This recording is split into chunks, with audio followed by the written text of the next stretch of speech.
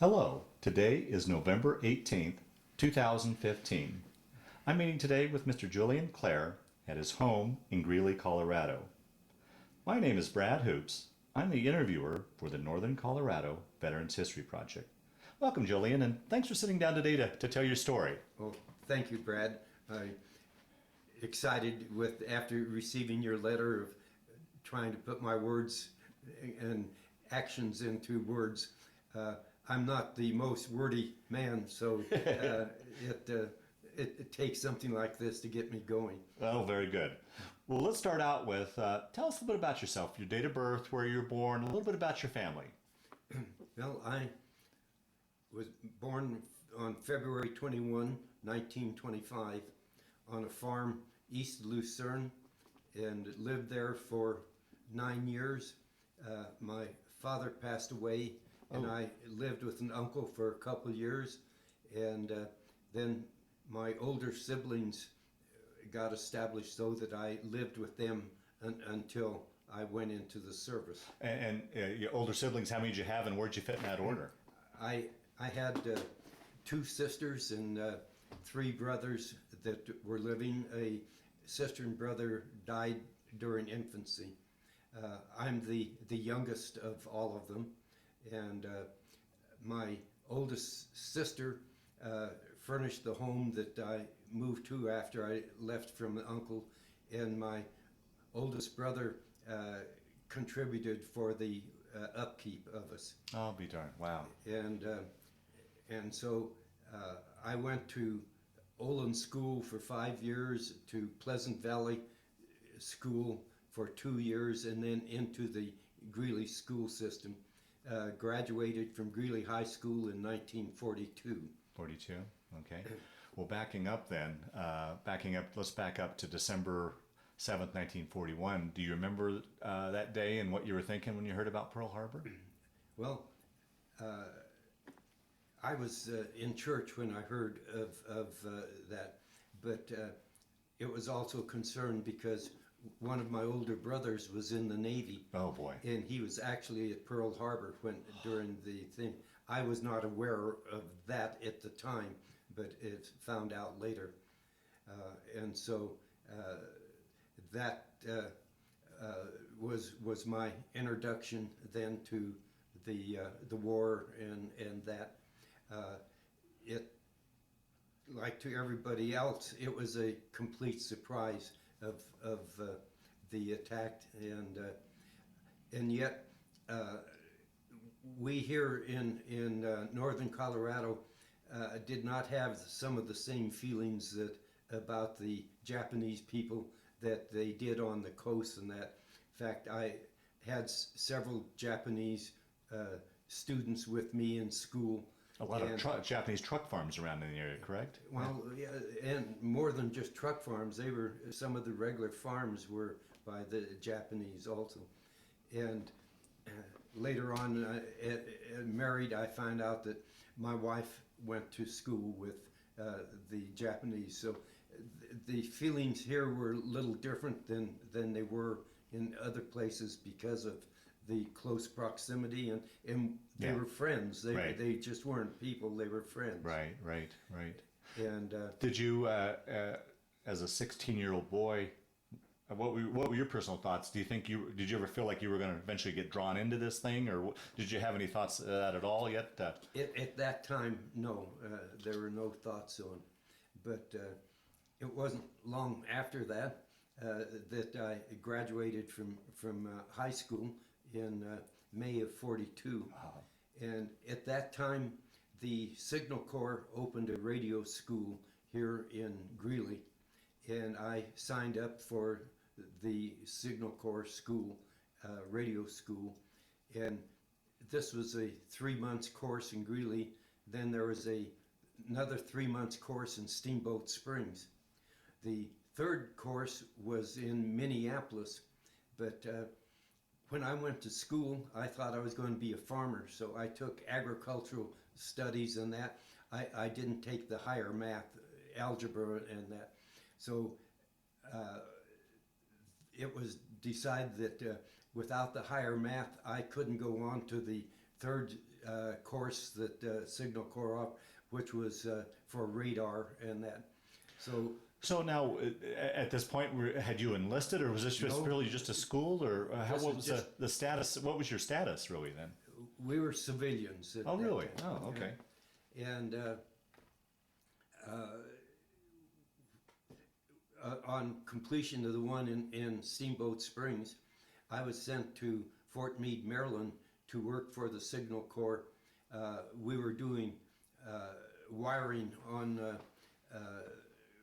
what it turns out to be the wheels of the encoders. Didn't know that at the time. I was just wiring from 5 wires from point B to A and so forth. And as a young person, that wasn't a very satisfying project of thinking that you'll be doing this during the whole war. But it must have been exciting. I mean, much like many in your generations growing up, you really hadn't traveled too far away from home. Now you were on the East Coast. And on my own. On your own, yeah. And so, yeah, but I found out the way to get out of this and to do what is right is to enlist. So I went down to enlist, and with the brother in the Navy, that was my first choice. And the Navy looked at me and said no. The Marine Corps said no. The Air Force said no. And the Army said, we'll take you. And so I ended up enlisting at Fort Meade, Maryland. But when I enlisted, I was still 17. All right. So they wouldn't take me Right. immediately, so I came back to Greeley until my birthday. And So had your mom passed by then? Or my mother passed away when I was 2. Oh, so- wow. So you had no parents. Oh, my. So nobody to sign for you to... No. Okay. And my older brother was my legal guardian, and so he could have, but it wasn't asked for. And so I came back and was inducted at the section center here in Denver, Camp George West, and was then sent to Fort Knox, Kentucky, where I did my basic training. And how was that transition for you, going from civilian life into military life? Was it much of a... I guess because you learned responsibilities and you need to do things yourself. It wasn't that great of a change, but yet there were orders, and some of the demands weren't always what you thought was right, but you did it anyway, or else. And since I had the previous radio training from the Signal Corps, after basic training, I went to a radio school for the Army, and with the training I had, I did well enough that I was asked to be in the instructors regiment in Fort Knox, and was there for almost a year in the instructors regiment, and was at that time some of the veterans from overseas that had been wounded or that came back and were giving those jobs, and so I was ready to be transferred out. But in the meantime, I didn't have a specific job, so I was assigned to a medium tank to drive a tank from the motor pool in Fort Knox out to the firing range, and this where they did the training for the enlisted gunners, the OCS, and also for officers, and so that plays a little bit into what happens later on in the service. But the interesting thing is, the communication officer was a warrant officer, and he also was the driver instructors. And so the tank I was assigned to had to have the tank or the treads replaced, and the mechanics did all of the work, but there was the parts of the track that had to go over to the recycle dump, and I was pushing them over there in a wheelbarrow, and the officer stopped me and he said, asked me what I was doing, and I told him, and he says, well, you're not licensed to drive a wheelbarrow. And so I got out my driver's license and handed it to him, and he signed it authorizing me to drive a wheelbarrow. So I'm one of the few veterans authorized to drive a wheelbarrow in the Army. But when I was transferred, I initially went to the 14th Armored at Camp Chaffee, Arkansas, and was there only a month or 6 weeks. When the 8th Armored was more ready to be shipped overseas than the 14th, and they needed a radio repairman in one of the companies there. So I was transferred to fill that spot, and it turned out it was in Company D of the 18th Tank Battalion. And the interesting part there was that my brother was in Company B of the 18th Oh, really? Tank Battalion. Oh, wow. So we did our traveling overseas on the same ship, and he was the battalion commander's driver. So I saw him occasionally, but wasn't real close to him. But then later on, he well, I'll pause there because Okay. We were then getting ready to go overseas. We had the old combat boots that the smooth leather was the inside and the rough leather on the outside. And the Army learned that they were not waterproof. So they gave us a can of what they called dubbin, and we had to rub this into each boot to waterproof it. More of this later. But then we were shipped out of New York to England in November of '44. Okay, so that begs the question. Here's this farm boy from Colorado going to sea. How was that trip for you? Did you get your sea legs, or? I did not get to see it. I was sick all the way over. In fact, we had to take the ferry across the Hudson River, and we were at the point where all of the exhaust and that came in. I was sick crossing the Hudson River, let alone going across the Atlantic. The ship that we were on was an old Liberty ship, and as we got loaded and started to sail out of the harbor, the steering mechanism got stuck, and we cut through the whole convoy, blaring and so forth, and when made it okay.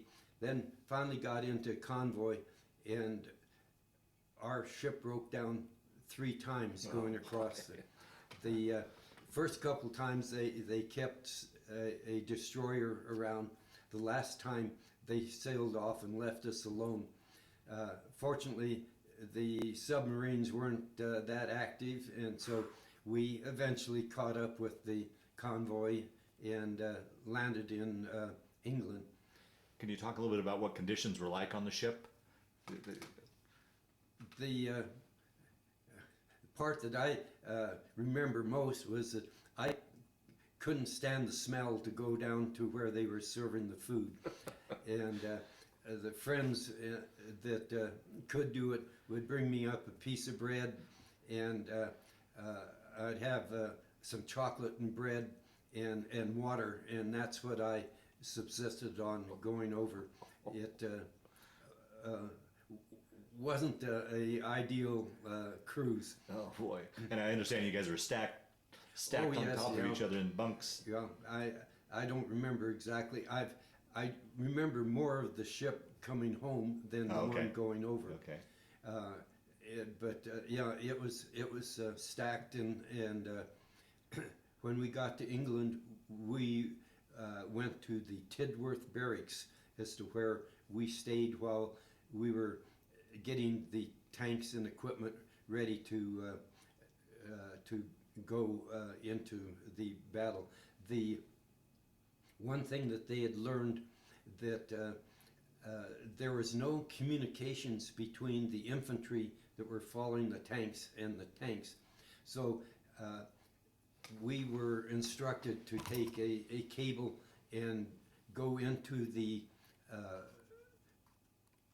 intercom system in the tank and run that cable out to a box on the rear of the tank and hook it up to a field telephone that was back there. And so when the infantrymen could come up, they'd open the can and get this telephone out, and they could talk to the tank commander. So that was one of my little duties there. But at that time, I was a PFC, and so I qualified for the guard duty and the KP and all of those little activities. Did this time in England allow you any furloughs to get into London and Yes, such? And we did have one furlough where we went into London, and in fact was there when they had one air raid, and we had to go down into the underground while the air raid happened, and the had very cordial relations with the British. There was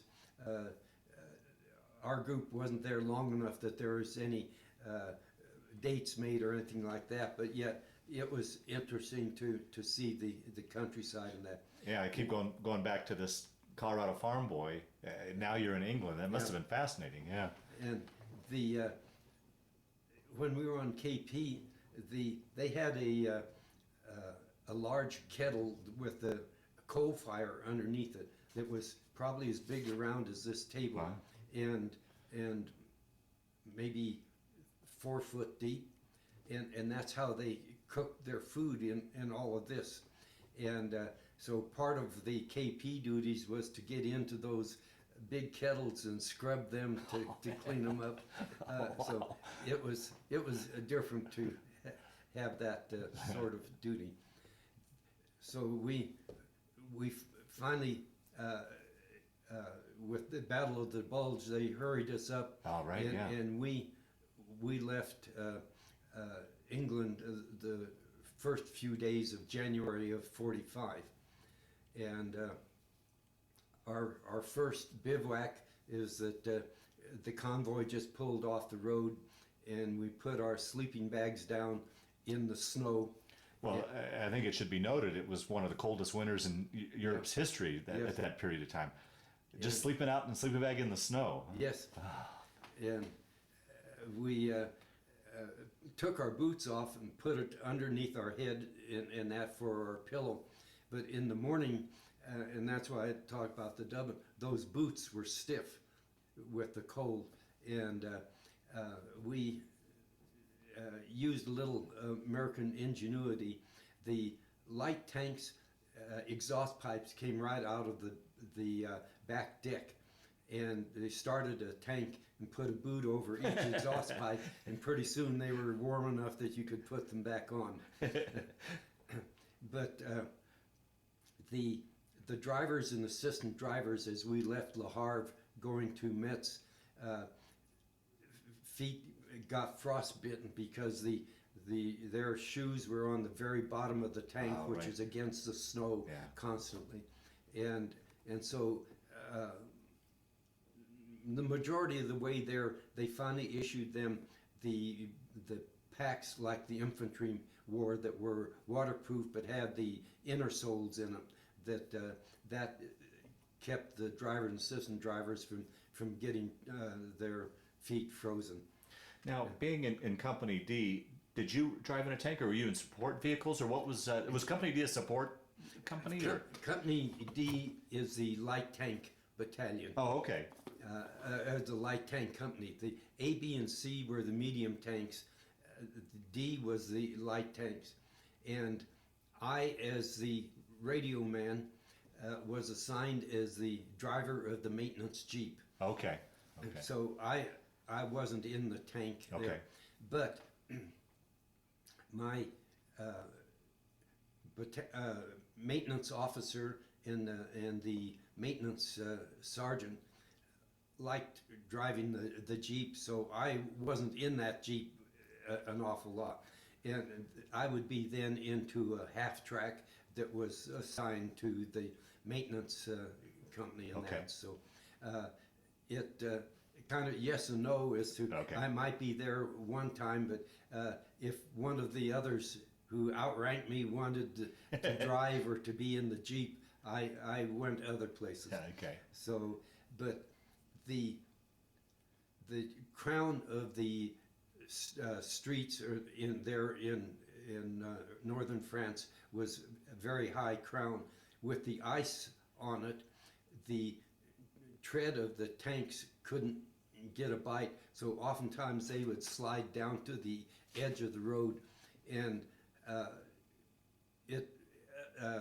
they made better time by getting off the road and driving through the fields rather than trying to stay on the road. And that led a lot to the discomfort of the driver and the assistant driver. Right. And I saw a tank destroyer, which was a medium tank without a turret and the big gun on it, come off of the road and slide over to the gutter, and with the ice it just stood there and spin. It couldn't get. The crew got out of there and braced themselves, and they were able to push the tank away from the curb so that it could get going again. Huh, wow. It was very miserable driving. Wow. And well, speaking of misery, I mean, you talked a little bit about the boots, but knowing a little bit about that time period, we were kind of ill prepared. Everybody said, "Oh, the war will be over by Christmas." Prepared-wise, how were you as far as the rest of you? Did you have the proper winter gear, and were you? How was your comfort level, I guess? Well, we had the old Army overcoats, and for those that weren't in the tank, the overcoats gave them pretty good protection. Then you had gloves and a cap that would pull down over the ears to keep that. So you weren't toasty, but you didn't freeze either. Wow. And the in the tanks, they would get some of the engine heat, so that they, especially those in the turret, were a little protected from the weather and from some of the other vehicles. Okay. But nobody had a heater that defrosted the windshield or anything like that. Jeez, wow. And we ended up in near Metz, France, as to where we actually entered into the Battle of the Bulge. And one of the first assignments of our tank company was to aid the medics. The firing was very intense between the infantry, both the Germans and that, and the first aid person was just another target. So they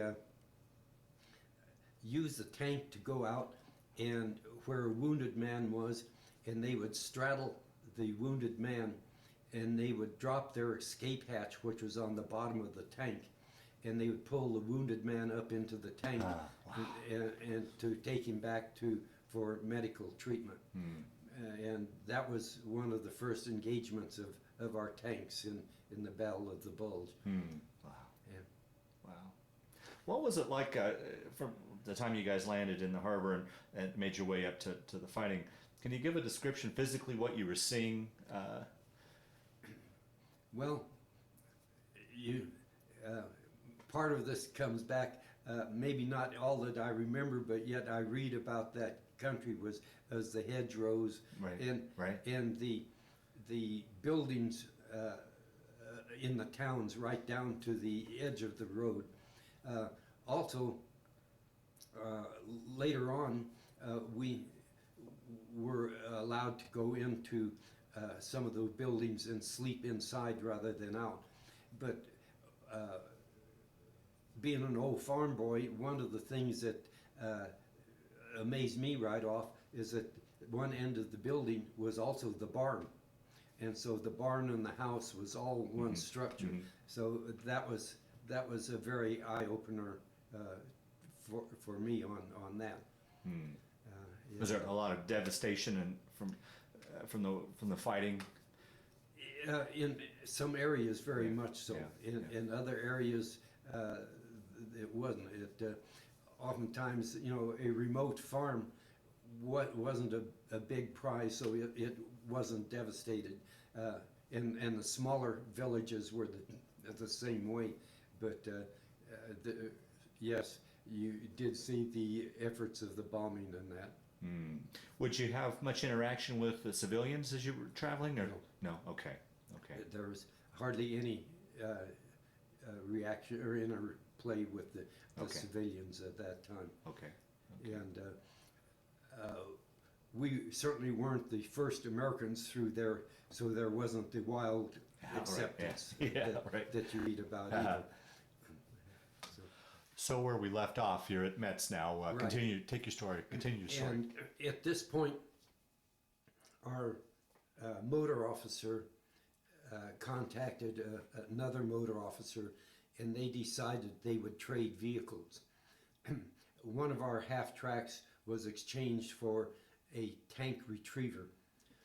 A tank retriever is a medium tank that has no turret on it and has the large winch in the front and also a tripod that they could lift things with it and so forth. So he thought this would be a very good deal, but he found out that there were only 2 men in the company that knew how to drive a medium tank. And one was a sergeant in the maintenance crew and myself. Oh. and so I went with him to pick up the tank retriever and brought it driving down the road, and didn't realize how high the tank was or how low the branch was, and I hit a branch on the tree, and it must have bent a little bit on something above, but we got to there and that was repaired. About this time, one of the medium tank companies was going cross country, and with it snow covered, they didn't realize they went over a little bog, swamp, and they bogged down and they churned trying to get going and they couldn't, and so they asked for help to get the tank retrievers. By the time the tank retrievers got out there, they were frozen in, not just stuck. And so we drove the tank retriever and we hooked the cable from the winch to the tank and put a pulley on it, another pulley back, and then that, which was to increase the pull of the winch. And one tank retriever couldn't budge this tank out. They brought in a second tank retriever and did the same thing. And while this was on, there was still some shelling from the Germans on this, and it was finally decided that the tank couldn't be pulled out, so they were going to destroy the weapon so the tank could not be used against it. They had some infantrymen between the Germans and where this was happening. And again, no communications between the infantry and the tank. So I was designated to take the message up to the infantry that they're pulling back. And so went half a mile or so through the woods in there, and by myself with my trusty little gun, and I made the deal. But the reason I brought this up is through those efforts is what later on was I was awarded the Bronze Star for that effort. Wow. After we had our experience down there with, we were in Patton's Third Army at that time. We were then to be transferred up to Hodges' Ninth Army, and we went up through Strasbourg, and going into that country, I was driving that tank retriever, following the medium tank or the light tanks, which were very versatile and very fast compared to the medium. And we came to a large hill and didn't realize how steep the hill was, and started going down the hill and realized I had to get into a lower gear. Oh, no. And it was quite a hassle to get there, but I finally made it so that I didn't run down all of the light tanks in front of me. But then we were stayed in Holland for a while they were getting ready for the next push, and we met again. We were able to use the bedrooms and sleep inside, but the families lived in the house and had their kitchen and all that. And we tried to help them with our extra rations and so forth. And the gentleman in the house pulled some shenanigan and that, and he made some ice cream for us, and that was a real treat too. Oh, wow. Yeah, and have fond memories of the Holland people and how they treated us there. Oh, wow. And How was it up to, one question I like to ask, you know, there was times when you stayed in homes, but I look, as I've heard these stories, and maybe you can give me your viewpoint on it, I look at your situation. You guys were sleeping out in the elements. You probably weren't eating properly. You certainly weren't getting enough sleep. Hygiene probably was an issue. I mean, any one of those I would think could, you know, and a severe winter, any one of those could knock a man down, but you had all those coupled with, under the umbrella of war. How do you think you made it through that time period? I don't recall of ever having a problem with the food or the lack of food. Oh, really? Okay. Our mess sergeant, who was actually the first sergeant when I joined the Company D, was broke down to a staff sergeant, and he became our mess sergeant. And he did a great job that whenever we were traveling and going in convoy and that, we would have either the C or the D rations. He would make sure that each vehicle got a loaf of bread. Now, a loaf of bread to go with that other was just like icing on the cake. And later on, when we weren't, we were more in bivouac, when we'd go to eat breakfast, we'd go through the line and he'd put our oatmeal in the bottom of our mess kit, and we'd go out and eat the oatmeal and come back in line, and then we would get our pancakes or whatever.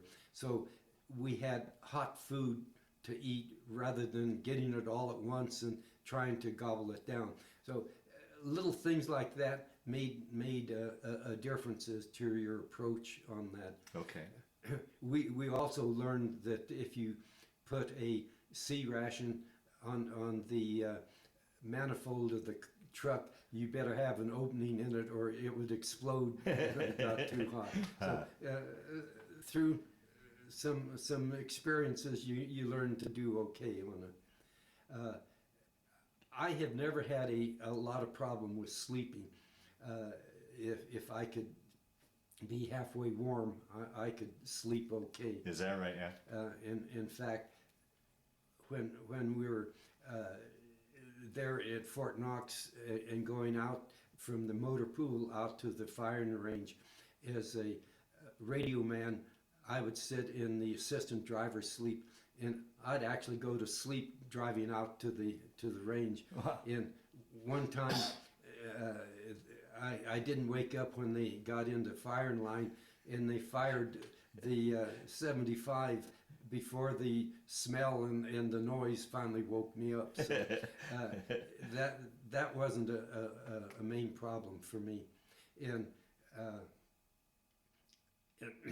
if we weren't inside the house, oftentimes we would sleep in the barn where we could get in the hayloft and put our sleeping bag down on the hay, and that again was a luxury as compared to out on the ground itself.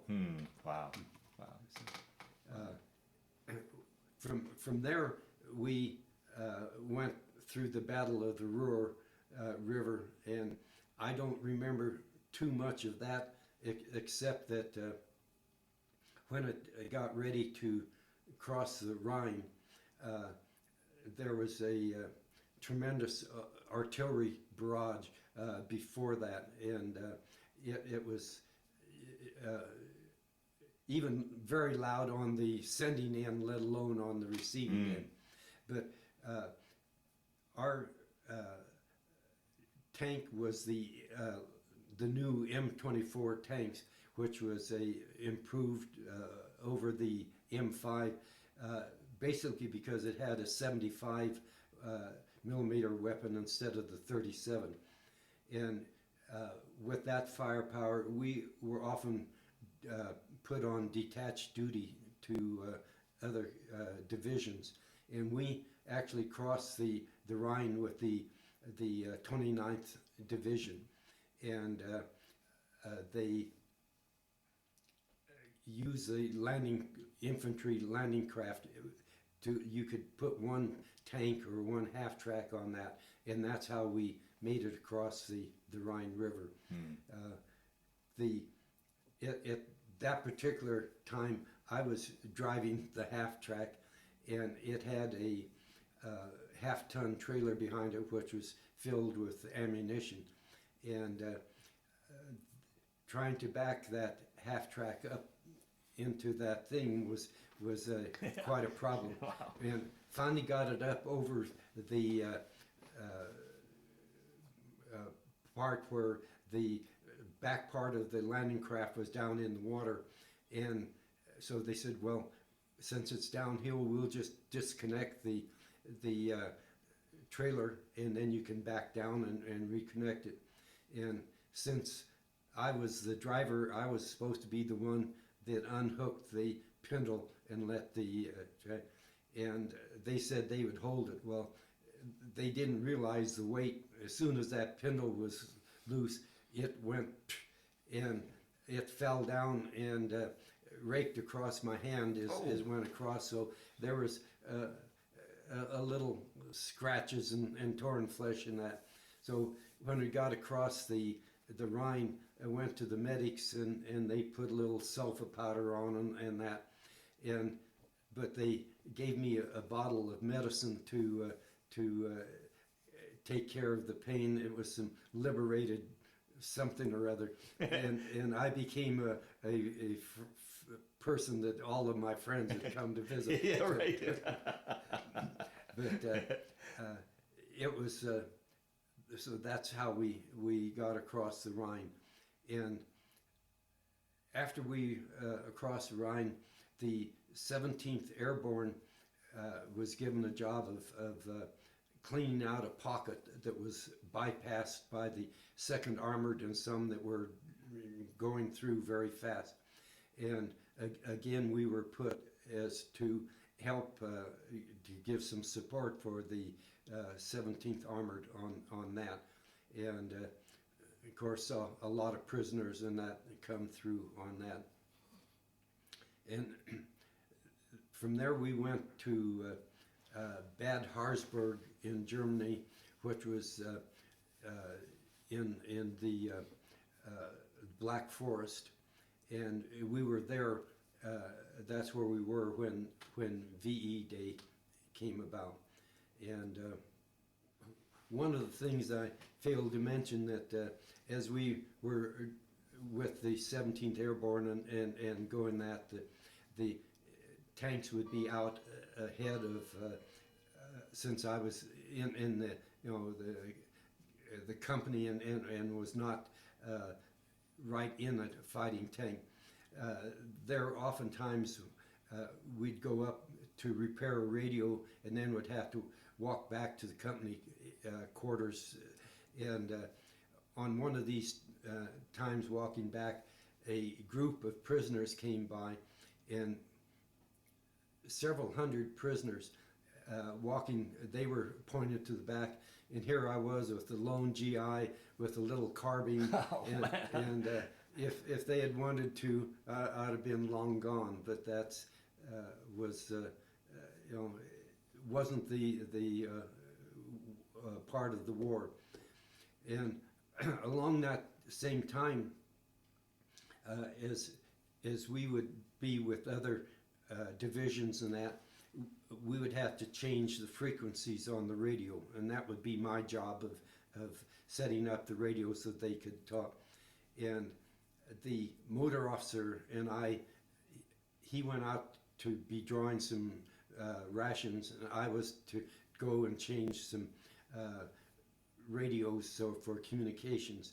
And we came over this hill, and there was a little town down below, and we didn't see a lot of activity, so we thought we'll bypass that town. And we did, and got back okay. But later on we found out that the company commander of C Company and his driver went down into that town, and it was under German control. Oh boy. And was captured, and he was Jewish, and he was shot on the spot. Wow. So, the luck of saying it doesn't look right, and you do something different, and so able to add that as one more adventure. Wow. Yeah. Wow. So you would go down and you'd go from tank to tank and change out frequency then? And Yes. And to keep the Germans from getting all of our frequencies, right. You would only take one crystal to the frequency that was changed. So you would take this crystal in and line up the radio, take the old one out and take it back to your supply. So that was a job of tuning up the transmitters. The receivers could just go to that particular frequency, but the transmitter had to be realigned for that. And so that was one of the little jobs that I had. About the time, skip back a memory, on when we were in the Roar River Valley going forward, one of the tanks had some radio problems, and I got called to task for that. And at that morning I was doing KP, and I said, well, do you want me to do KP or do you want me to do radio work? And I got my promotion to T5 at that time because they thought the radio work was more valuable than me washing the dishes. So that is a little memory of how things were. My company commander was a first lieutenant. Normally it's a captain's job, and his name was Tommy Jurgen. He was from South Colorado. Oh, And was highly thought of all the people in the company. He was a great leader. oh wow, yeah. And so at VE Day, then we were transferred to the 20th Corps, which happened to be at Pilsen, Czechoslovakia. And so we traveled down the Autobahn to there. And the one memory of that is the Autobahn was concrete, and the tanks going on it would chip the concrete and make it dust. And everybody's face was burned from the concrete and the wind hitting them. So we had several days where we were excused from shaving. Wow. What was the feeling when you guys heard about VE Day? Was there a big uproar, a party, or was it? Oh, well, a big uproar, but there wasn't much to party with.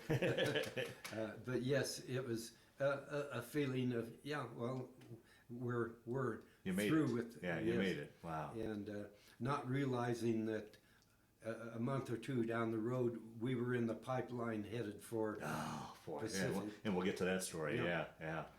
So now, getting back to your story, then, so you take the Autobahn and you're in Czechoslovakia now. Yeah. And we were in, that's Sudetenland, where, and it was interesting, the house that we were assigned to live in, the German people still had their bedroom and their kitchen, and we had some of the bedrooms to sleep in. Within a couple weeks after we were there, those people had to move out because they were the Germans that came in and replaced the Czechs. So they had to leave, and then the Czechs family came into that house. So we saw the reverse of that. I'll be darned. Wow. And you're right up there with the Russians too. Did you have any interaction with the Russians? Yes, right. Yeah, we were a short distance from Prague, which was under the Russian control. And while we were there, our main duty was they were bringing in displaced people to this area, and we would get them through a delousing machine and reduce their baggages down to about 5 pounds per person. And they would be separated into a destination of whatever city they would go to. And the Air Force would bring in the C-47s, and they would load these people in and fly them to whatever country they were going to. The 20th Corps headquarters was part of the 3rd Army, and General Patton came to inspect the 20th Corps headquarters while we were there. And our tank company was elected to be the honor guard for his inspection. Wow. And they put our tanks in a row and scrubbed them down, repainted them, shellacked them. All of the enlisted men were given new uniforms, and when they got ready to go into the tank, they had to take their boots off so they wouldn't scratch the shellac getting into the tank. And Patton made his inspection there. So that was the second time that we actually saw Patton. When we were down at Metz, at one point our convoy was pulled over, and here came the MPs and Patton in his car driving forward. So we actually saw General Patton twice in that event over there. Wow. And after we were there for about 6 weeks or so, they said that our tank company was going to be reconfigured and would become an amphibious tank battalion. and the requirements for the people was different. So I was declared surplus on this new, and my brother was also declared surplus. So we were in a convoy taking us back through Belgium, and were destined to go down to Marseille and fly. When we got into Belgium, VEJ had come about. So boy. that is as far as we got there. But when we got into Belgium, we went to a cafe and had our first treat, and we ordered a steak, and we thought it was good, and then we found out that it was horse meat that we had been eating. It was still good, but it's a little different for us to eat horse meat. At that point, my brother and I got separated because you were put into a group as to how you qualified to come back to the States. And it was how many According to points? points you Okay. had. And because of the Bronze Star, I had more points than my brother. So we got separated. And I ended up in Reims, France, in a field artillery battalion that was pulling MP duty in Reims. And I pulled MP duty one night, and again, since I had all these vehicles on my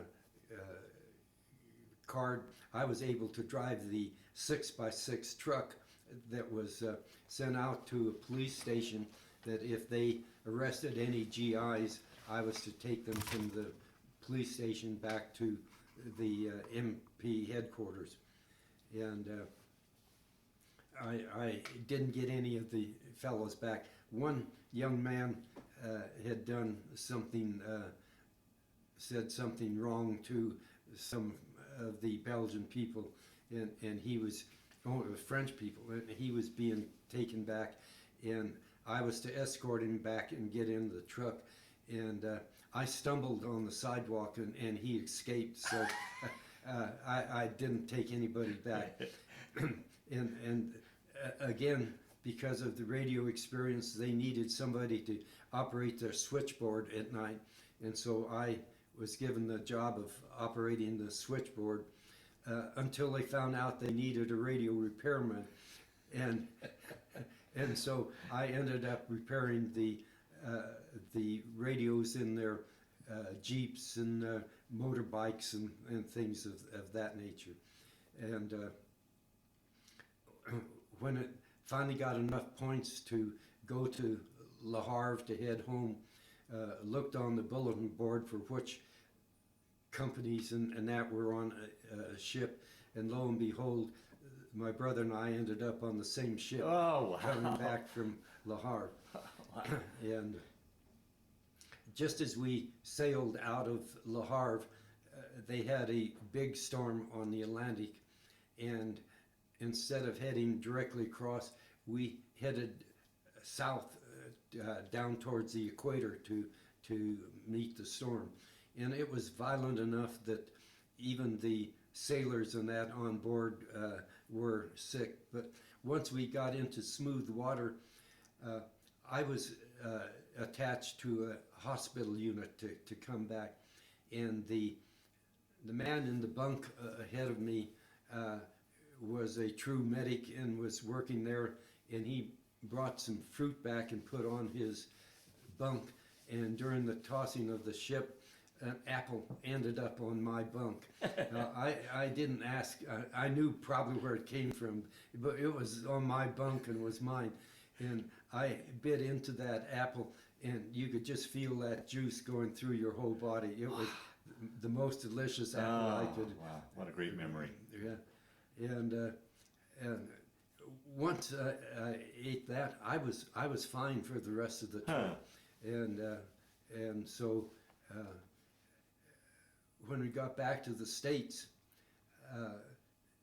even though I had enlisted in Fort Meade, they said that I would go back to the place where I actually was inducted. And so I came back to here and got a bonus because they said, well, you enlisted at Fort Meade, we'll pay your way back to Fort Meade. So I got a little extra bonus there. And like most enterprising young men, I said I'd stay in the reserve, and was in the reserves. And when it came back in January of 46, I came back on a Sunday, in our youth group in the church was having a box social that night, and so I went to church and bought the box of a girl that I had dated through the years. And about the time we were eating it, a young lady came in, and it was my present wife. It came in. She was a telephone operator at that time and had just got off work and came in, and I was introduced. So that's how I met my wife, was there. And a year later, we were married in that same church. Wow. So after we were married, I worked for a while as a tree trimming crew that was trimming trees away from the electric power lines, and then was Sorry offered. to interrupt, but how was it much of an adjustment after everything you'd been through and seen and experienced? What was the adjustment like for you to go back into civilian life again, or was it much of a? I didn't feel Really? it was Okay. that much of an adjustment. You had things to do by necessity, and, Yeah. and you just did it. Okay. Yeah. Sorry to interrupt. Yeah. But, Oh, no yeah, problem. Yeah. And this tree trimming job was something that was good, but it was a little on the hazardous side at times. But my wife knew a young lady that had some connections to a lady that was going to open a bottled gas store in Brush, and was offered the job of being able to install the propane fixtures in homes, and so I took that assignment, and we're there a short while, and the husband of the lady came back. They were separated. Came back, and he was an alcoholic, and after a while I didn't want to be associated, and at that time I was able to find out that the Morgan County REA was hiring, and they needed a radio man. and so I got hired on by Morgan County REA, and instead of being a radio man, I worked for the meter superintendent, and we inspected the wiring in houses, because at that time the REA was connecting a lot of homes to electricity that had not had it before. Mm-hmm. And I worked with him, and he also had the job of going to their substations and checking the breakers there, and they were also updating their equipment from a transformer that had just one outlet on it, and the other outlet being the tank of the transformer itself, to where they would have two outlets on the top, and at the same time we would refine the oil so that it would have better insulation. And as we did some of these, then we needed a slight crew to put the model transformers back on the pole, and that required a little changing of that. And I worked with that crew, and during this time, the Brush National Guard offered, you could join the Guard and get a little extra pay, and I joined the Brush National Guard, and was within 1 month of being discharged of the Guard in my 3 years that I had upped in with the thing, when President Truman extended all enlistments 1 year. And at the same time that happened, the Brush National Guard was called up in the Korean War. So I went back to Fort Polk, Louisiana, in the Brush National Guard. At that time I was platoon sergeant in there, and we were not up to strength, so we got a lot of recruits to get us up to strength, and the recruits needed their basic training, so we went through the basic training aspect of it. And at that time, a lot of the people were subject to being sent over to Korea. But since I had just had a 1 year extension, if you didn't have more than 6 months left, you would not be sent overseas. Oh boy. So at the same time, I found out that there was the 193rd Heavy Tank Battalion there at Camp Polk that was a National Guard unit from Colorado Springs. And I went over and thought, I heard they needed a radio sergeant in battalion headquarters. So I went over and talked to the officers in there, and they said yes, they would accept a transfer. So I transferred to the 193rd Heavy Tank Battalion, and was instead of made the radio sergeant, I was an understudy in the operations group, and was there maybe 6 weeks, and I was a SFC at that time and was promoted to Master Sergeant.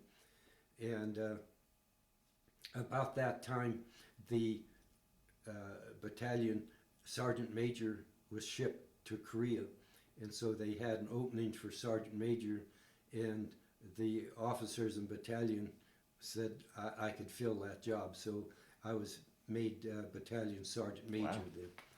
Then. And that was in December. I was scheduled to be discharged in February, and the 193rd had to go out to California for some desert training. And again, since I only had a couple months left, I was transferred from the 193rd to another tank battalion that had an opening for Sergeant Major, and I was there until I was discharged. And about the time that I was transferred to the 2nd Battalion, I came home on furlough, and I had a good friend that worked for Mountain Bell, and I thought that was a better organization than the, so I went down to Mountain Bell to see if I could get on, and they said, sure, we need a lineman out in eastern Colorado. And I said, well, I've hiked enough poles with the REA that I didn't want to do that, and I had radio experience. And I said, well, maybe you ought to go down the street. There's a company down there, AT&T, that are looking for radio people. So I went down and talked to them, and they said, well,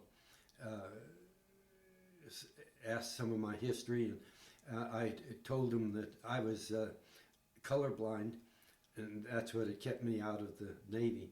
And they said, So they took me to the test room and said, see if you could trace some wires through this equipment so that you could repair it. And I was able to trace the wires. Now, I couldn't say it was red or brown, but I knew it was that color there and this color here. And so I passed the test and was hired on, or said if I came back when I was discharged, I would be eligible to be hired on. So when I was discharged and came back, then I went down and was hired on with AT&T. And at that time, I was asked, where would you like to serve? And they said we have openings in Rock Springs, Wyoming, or Pocatello, Idaho. Since Greeley, the hometown, Rock Springs was much closer, I said I'll go to Rock Springs. And so I did about 4 years in Rock Springs. And at that time, they were opening a junction station at Prospect Valley, a radio junction station. And they said, well, that's near your hometown, would you like to go? I said, sure. So I put my house on the market in Rock Springs and sold it. And some of the equipment and things in Prospect Valley slowed down, and they said, well, since you sold your home and that, we'll transfer you to Denver. And so I ended up in Denver for 2 years, lived in Lakewood, and then they opened up a junction station above Fort Collins on Buckhorn Mountain. And the new supervisor in that station I'd worked with as a craftsman in Rock Springs. So he asked if I wanted to come work at Buckhorn, and I said yes. And so I transferred to Buckhorn for 2 years, and that our supervisor got another promotion, and he went to Pocatello, and the man that was elected to take his spot at Buckhorn came from Salt Lake City, and I was then nominated or promoted, and I took his spot in Salt Lake City, and was there for 2 years. There was a man contractor that and the New Jersey Tel people got into an argument of something I'm not aware of, but he was very dead set against the telephone company, and he came out and he bombed a station that was 2 radio stations west of Salt Lake City, and also a cable station and a radio station in Winnemucca, California. And of course that upset a lot of communications in our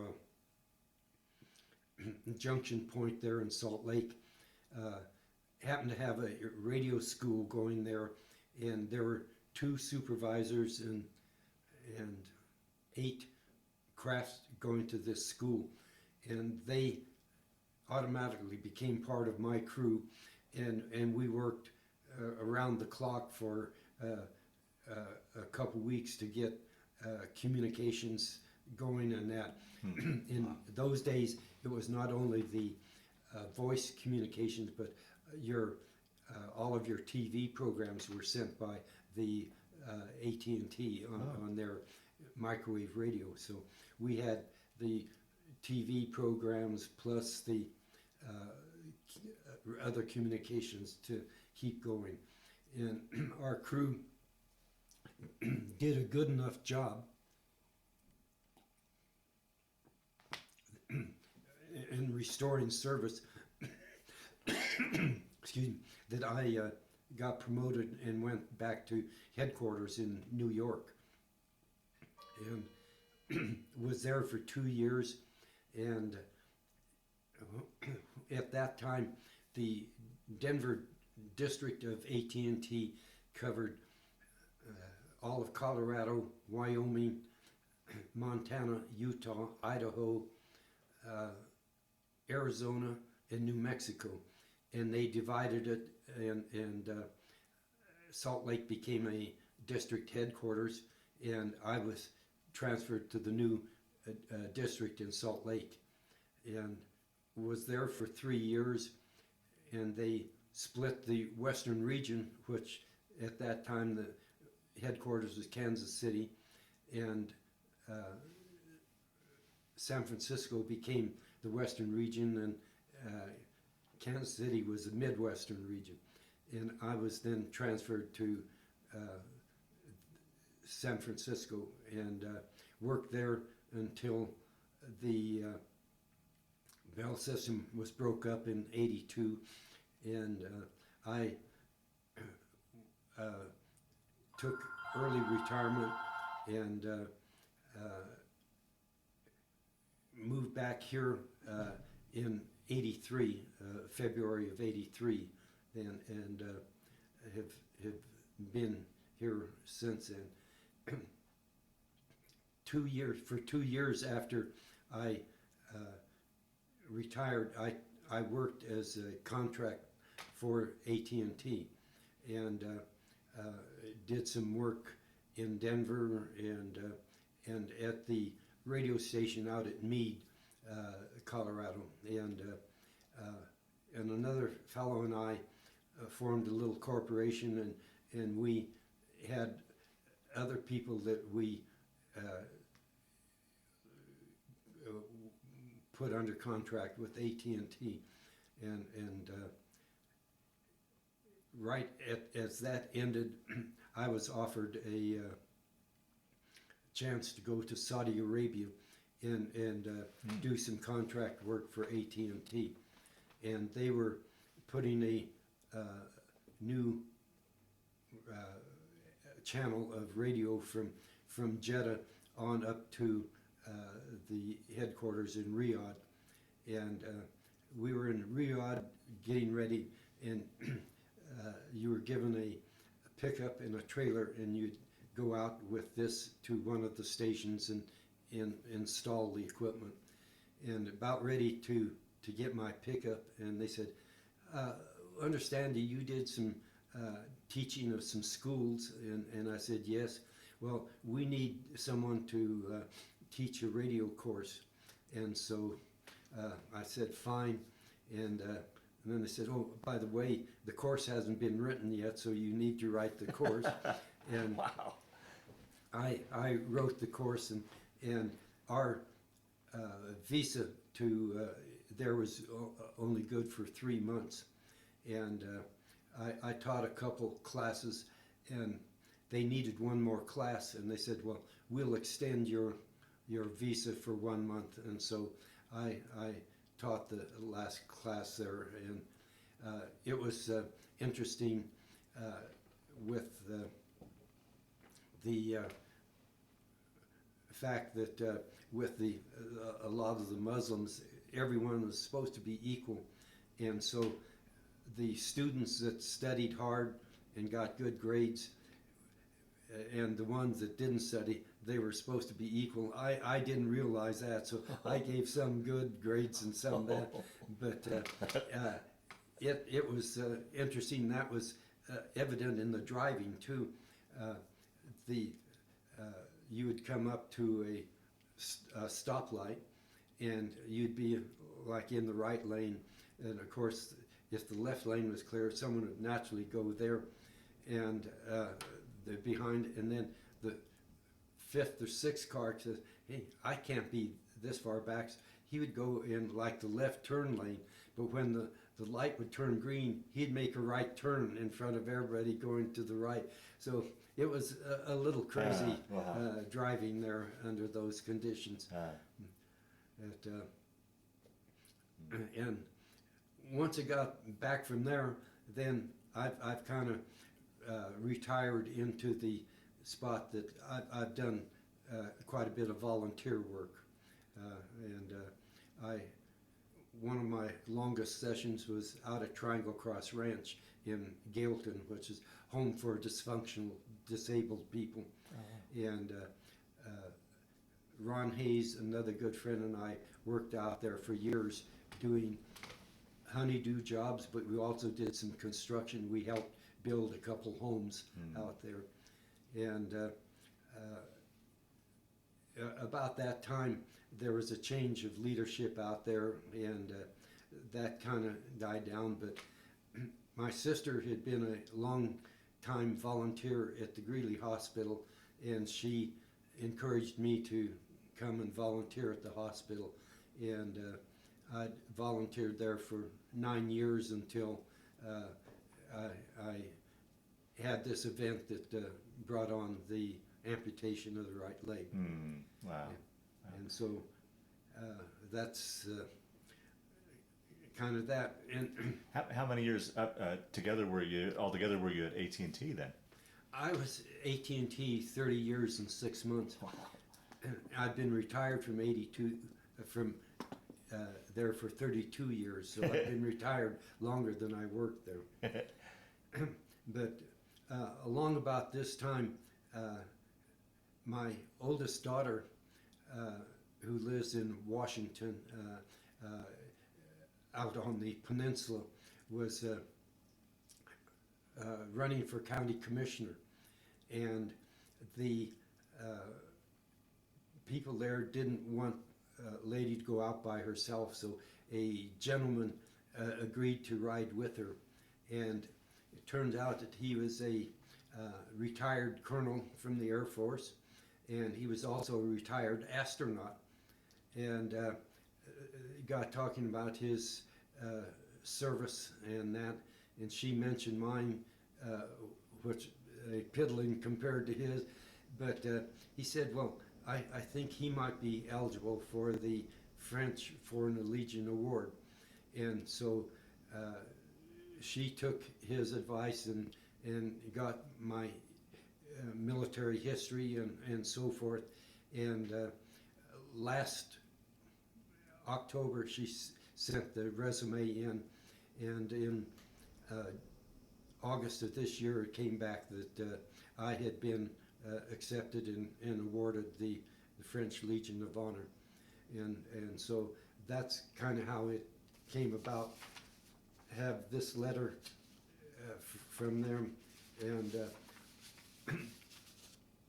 she also did win the election as a county commissioner, and has since has got involved with some of their politics and that, and became close enough with the representative from that area that when this happened, he had a flag that flew over the Capitol in my honor, and Oh wow. I have that as a momentum of having a nice. flag that flew over the Capitol, and so that's kind of it.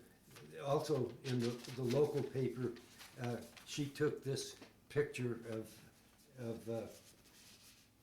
actually this is a little easier to see. Okay, and we'll record that here in a minute. Yes. Yeah.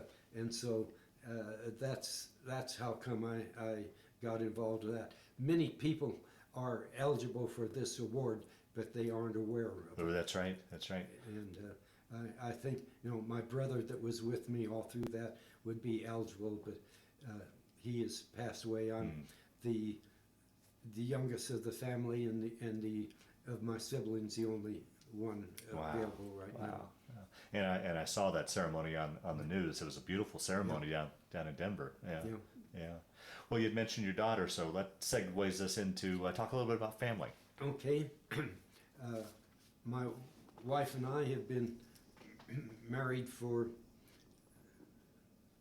59 years, 69 years in February. Wow. And we have 4 children. Our oldest is our son who lives in Utah, and the next daughter, the one that is the county commissioner there. Our third child lives in Longmont and is retired, and our fourth daughter is in Steamboat Springs, and she and her husband are very much involved in the ski industry up there. And we have 8 grandchildren and 10 great-grandchildren. And the newest one is 6 weeks old. Oh, wow. Wow. And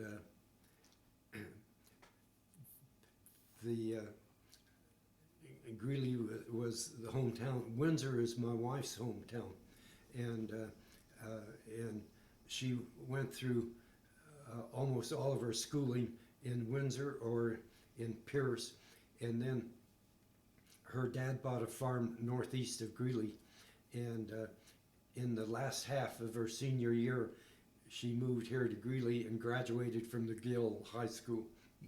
So that's the family. Still have some nieces and nephews, sister-in-law here in Greeley, but the majority of the relatives are out of state now. And Well, some questions as we start to wrap up the interview. Through the years, did you ever keep in touch with any of the guys you served with? Was there any sort of reunions, anything like that? yes, initially I didn't attend the 8th Armored reunions, and on their 48th year reunion I started attending, and I attended all the reunions for that. One of the fellows that was in our D company was from LaSalle, so I kept in touch with him. He has passed away. Some of the other people that I knew in there have through the years have all passed away, so there very few left that Right. and so I still keep in touch with some of those that were in the 928th Medical Ambulance Unit. Some of those are still alive, and in fact, my assistant platoon sergeant stayed in with the National Guard and through various signs, and just retired last year as a bird colonel. And his friend that came to Brush, they were in Greeley National Guard and wanted to get involved, so they transferred to Brush and even took a demotion in order to get him. This young man, after our basic training in there, went over to Korea, and our job was to take the people from the collecting points back to the hospital, and that's what the ambulance was for. He was at a collecting point, and they said, there's one more man out on the field that needs to be brought in, but we don't have anyone to go out and get him. He went out to bring this young man in and was shot and killed. And that another memory that he is buried here in Lynn Grove, and when I go out to visit other graves, that's one that I always stop and see. Through the years, did you ever have a chance to get, let's say, for example, get back to Europe and retrace any of your steps, or? We've been back to Europe a couple times, and been to Pilsen and a few of the other places. I have never been to Normandy and to the battlegrounds there. But I have been to Metz and some of these other places. We had a German foreign exchange student live with us when we were in San Jose, and we've gone back to visit her and her family several times in Germany, and have gone down the Rhine River, and we also took the cruise down the Danube. Oh, nice. And so we have when I came back from Saudi Arabia, I stayed in Switzerland, and Nadine came over, and we spent a couple weeks in Switzerland and in Germany at that time. So nice. we have seen several of the places and the country again. So it's a lot of changes, Yeah, just I'll bet. like a lot of changes here. Yeah. Well, as we close this down, is there anything I didn't ask you that you wanted to talk about, or any of the stories that have kind of floated to the top as we've been sitting here talking? I know we probably only got the tip of the iceberg of your story, or do you think by and large we covered pretty much everything? I think so. You know, there's some little incidents that aren't major that could be mentioned, but it doesn't add that much to the program. Okay. Well, the last question I always like to ask with these interviews, as you look back on that time period in the service and overseas and in the war, as you look at it, did it play a role in your life, affect your life, change your life at all, or was it simply just a chapter in your life that you went through? How would you answer that? Well, it's a time of your life that you grow up and accept more responsibility. Fortunately, not having been wounded, but I have lost some friends. It's a meaningful part of your life, and it's a time when you accepted your responsibility and duty, and so it's been a worthwhile event, and certainly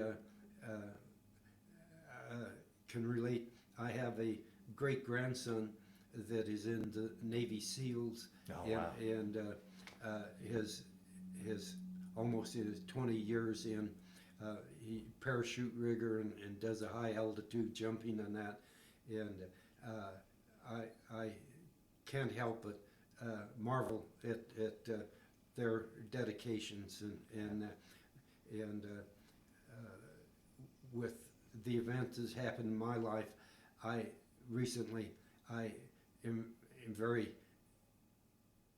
grateful for all of the advances made in prosthesis with the bombings that of Afghanistan and Iraq and that has brought on.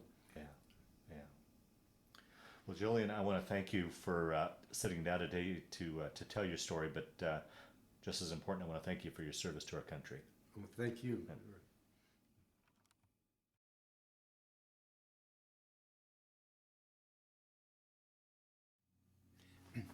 This is my picture of the early days of basic training, and the Armored Corps got to wear their hats tilted to the left. It also had the gold braid from the cavalry, so it's a sure way to find out somebody that was a tanker.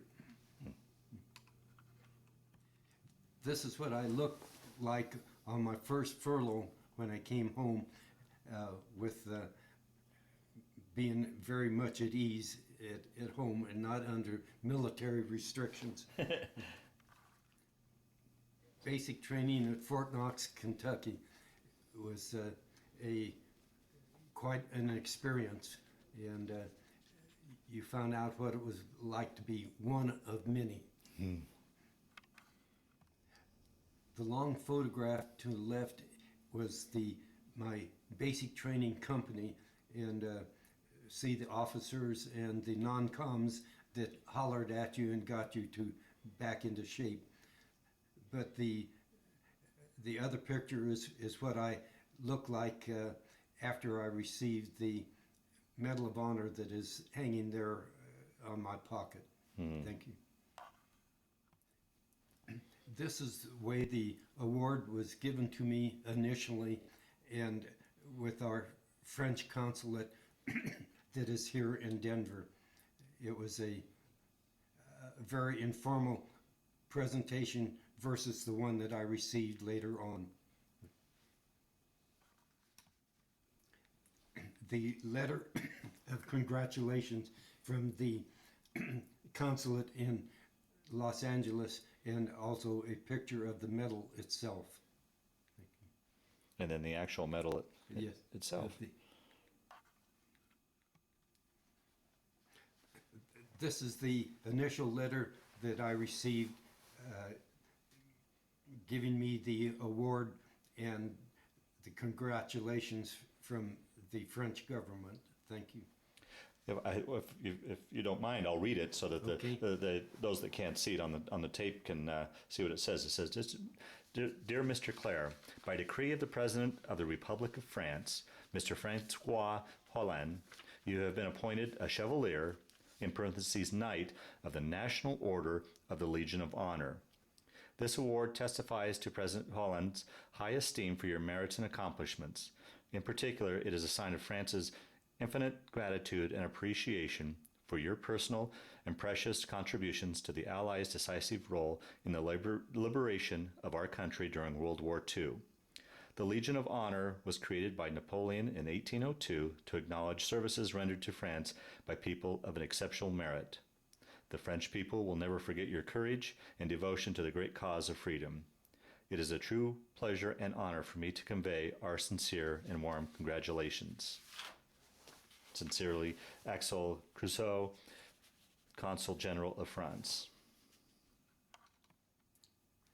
Kathleen contacted Derek Kilmer, who's the member of Congress from Washington, and he arranged to have a flag that was flown over the Capitol sent to me, and so I have a very important flag in my collection. Thank you. Very nice. Colonel Wesley West arranged to have the medal presented in a more formal basis, and this history of my active service and all is presented in this book. Also some pictures of family and the tanks that I were involved in at Fort Knox. Thank you. Notice that there's a picture of my comrade in arms, my comrade brother Gus, who served so much of the time with me. We had a lot of adventures other than that in the Army together. Thank you. Very nice.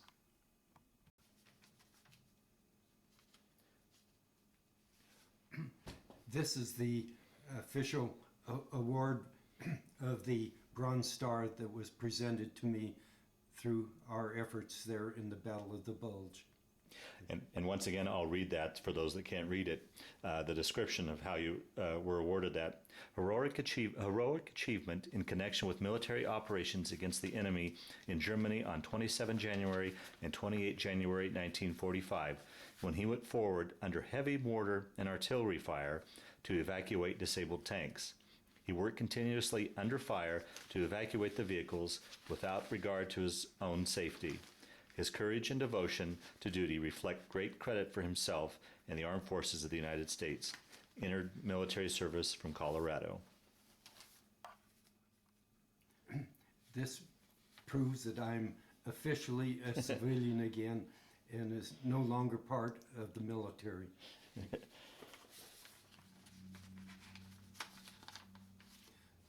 This is a article that appeared in the Greeley Tribune with giving some of my past history and it was interesting that it comes out with all of the papers that have kept here in the folder. Very nice.